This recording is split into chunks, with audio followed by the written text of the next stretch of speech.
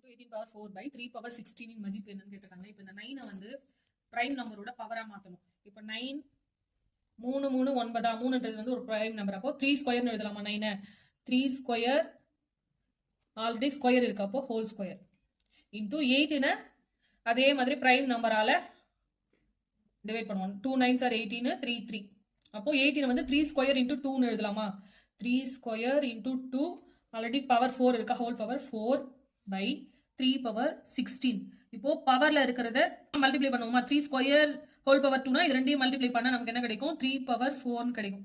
3 power 4 into இங்க வந்து 2 இருக்கு, இங்க வந்து 4 இருக்கு. 2 இன்டூ 4 3 பவர் 8 இன்டூ 2 பவர் 1 இருக்கு 4 இருக்கு 2 பவர், அப்போ 1 இன்டூ 4 4 2 பவர் 4 கிடைக்கும் பை 3 பவர் 16. இப்போ இந்த பேஸ் வந்து ரெண்டும் ஈக்குவலா இருக்கு. அப்போ பவர்ல இருக்கிறத வந்து நம்ம ஆட் பண்ணோம் மல்டிப்ளிகேஷன்ல இருக்கும்போது. அப்போ 3 பவர் 4 பிளஸ் 8 வந்து 12 இன்டூ 2 பவர் 4 பை 3 பவர் 16.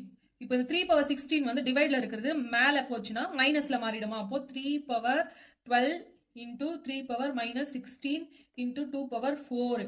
இப்போ பேஸ் ரெண்டு ஈக்குவலா இருக்கு, மல்டிப்ளிகேஷன்ல இருக்கு. அப்போ பவர் வந்து நாம ஆட் பண்ணோம்.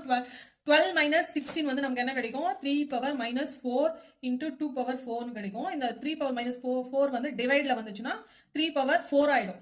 அப்போ 2 பவர் 4 பை 3 பவர் 4. 2 பவர் 4 ஓட வேல்யூ நமக்கு என்ன?